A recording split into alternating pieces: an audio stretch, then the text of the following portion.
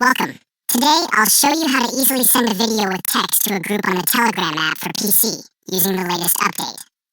Just follow these simple steps to enhance your group chats with videos and captions. First, open the Telegram app on your PC. Once it loads, navigate to the group chat where you want to send your video. This could be any group where you're a member or admin. Next, look for the attachment icon inside the group chat window. This icon usually looks like a paperclip or a plus sign. Click on it to open the attachment options. From the options, choose Photos and Videos.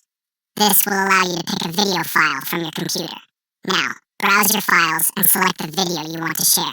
After selecting it, click the Open button. This attaches the video to the chat. Once the video is attached, you'll see a caption bar below it. Here you can type the text you want to accompany your video. This caption is a great way to add context, a message, or any information you want the group to see along with the video. After writing your caption, all that's left is to click the Send button. Your video and the accompanying text will then be sent to the group chat immediately.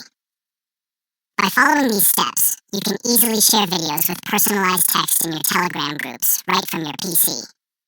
This makes your group interactions more engaging and informative. Enjoy sharing your videos and messages on Telegram with this simple, updated method. Thanks for watching.